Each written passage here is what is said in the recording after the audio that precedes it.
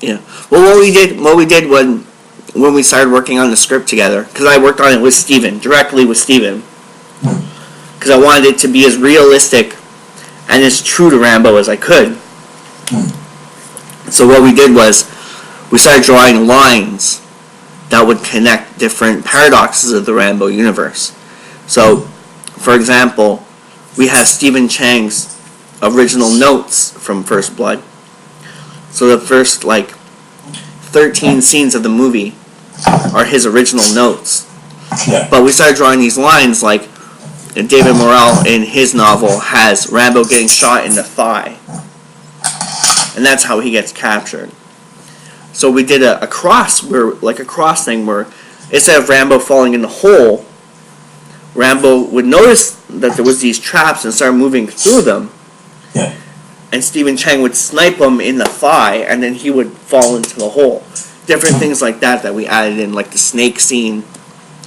And then we drew like when we get to David Morrell's snake scene, we drew a parallel.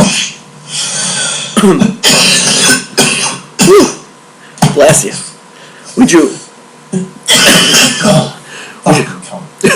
We drew a parallel from the snake scene where Sly's lip would get infected, or Rambo's lip would get infected, and that's why Sly has the side of his mouth paralyzed. Different things like that. And we worked in all these different lines, and that's one of the reasons why it took so fucking long. Jeez. Just to write and draft, because I remember there was like a 6-month period that we were working on it, where every day I'd have to go back and restart. So I would get, far into it and I'd have to cut back, go back, restart. And yeah. Yeah. But I have to say, for a fan film, it's very, a lot of imagination went into it. I'm very proud of it.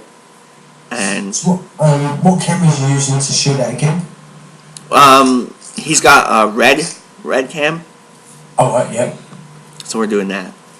Was it 1080 or 4K? I'm not sure. But he said he was bringing red cams, so. Oh, that's good. But I have to say, it's the first, Rambo-esque film where Rambo is Rambo from the beginning. Usually something happens and then Rambo snaps and Rambo goes crazy. This is the first time we're going to see Rambo snap from the beginning and work his way backwards and then snap again. Very psychological. Yeah, that'd be good if that happens. You get it all together, you paste it, you grade it, you colour it, you get a rating, it gets out there. I wonder what it's going to be like. Everyone's reaction is going to be. Well, it's going to be X-rated for sure, because we have so many scenes that, if it was a real movie, that we would not be able to include. So, being a fan film, we thought, okay, well, why not go for an X? Why not go for the craziest rating, the most craziest amounts of blood that we could conjure, Because there's some scenes in there that are really disgusting. There's a castration scene. There's a necrophilia scene. There's a dream sequence with Danforth, which is my cameo. My cameo is going to be Danforth. Yeah. So there's that whole scene where Rambo's in the pit, and then he looks down at the bottom of the pit, and in the mud, it starts blood starts bubbling out of the mud, and then Danforth just kind of comes out of the ground, and it's only the top half of his body, and there's guts everywhere, and he's like, I want to go home, John, I want to go home, and he's like, oh yeah. Yeah. Yeah, his fucking legs. Yeah. So there's a good half an hour in there where Rambo is totally schizophrenic and just hallucinating. I kind of wanted to do it me and Steven were kind of talking, and Steven was like, how about, we do that almost like a dream sequence, like a reality dream sequence. And we thought, why don't we do it like Nightmare on Elm Street, how you don't know you're in the dream? Well, I gotcha. And and then have like a dream inside a dream inside a dream, like in Nightmare 4, when the dream kind of loops around. Yeah. That'd be good. Yeah. So what is Steven doing about this film? Has it done any much more of it, or is it all on hold at the moment? He likes to call me all the time and just pitch ideas. But it literally came down to the point where I just had to say, okay, Steven, we have too many things going. We have too many ideas. I can't crush it all together, you know, like. Can't you make it into a 2-part film? Like the first one and then the second one? Well, it's weird because we're filming the last act. Kill Bill 1 and 2. Yeah, like this whole fan film is like the third act of the film. We're not doing the first 2 acts of the film because it's just so long. So we're doing like Act 3, which is at least an hour and a half. So altogether it would be like 4.5 hours. You can still film it, but use it as deleted scenes. Yeah, I think what we're gonna do is we're gonna do this one, and then if we can ever get a budget to do the rest, we'll do the rest, or we'll do it as a motion graphic screenplay, like a comic, because it would be too expensive. Just the first 2 acts are like quadruple the budget of the third act. So we're doing the cheapest act, but we're also doing the act that we think everyone would like to see the most. So you write the film, and then when did you go to go get the funding, or haven't you got that funding yet? It's all out of pocket. Yeah, that's a bit like me, what I'm doing with mine. Yeah.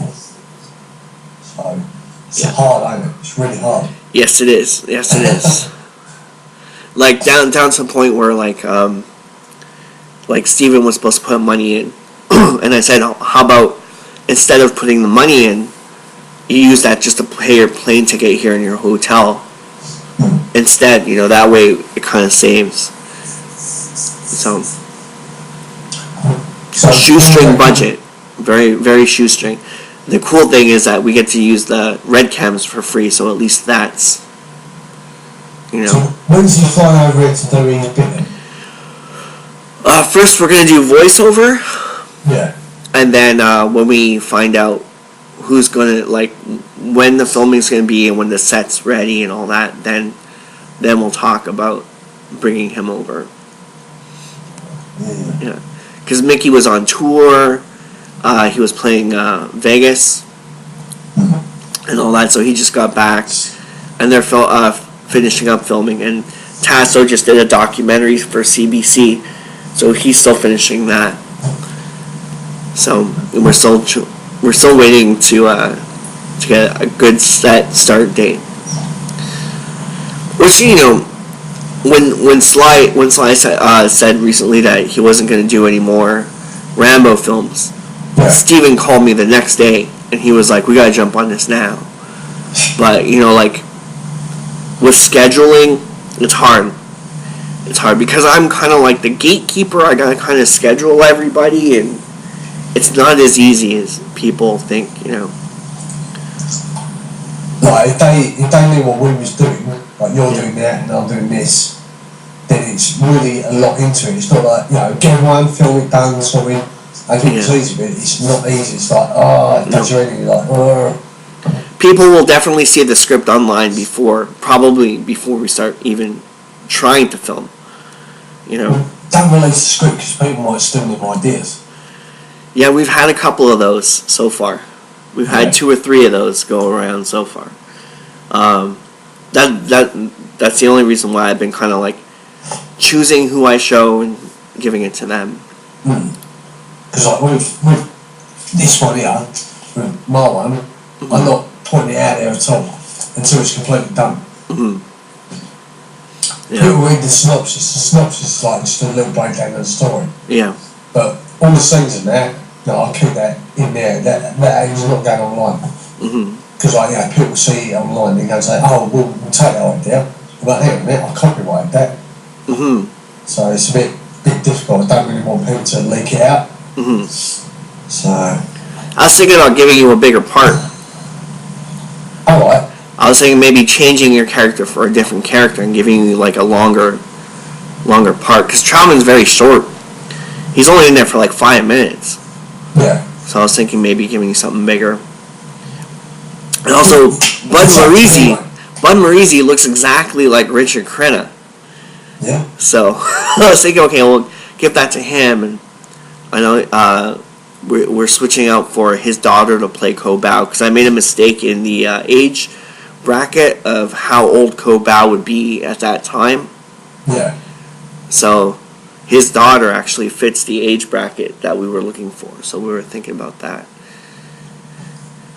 But it's a lot, like I said, it's a lot of scheduling. It's a lot of, like, I constantly have to go back and make sure that I didn't mess up. And then when we were bringing in the whole Ortega thing, I had to make sure that that was legitimate. Yeah. So I think in David Morrell's novelization for Rambo 2, they talk about Ortega for like 3 sentences.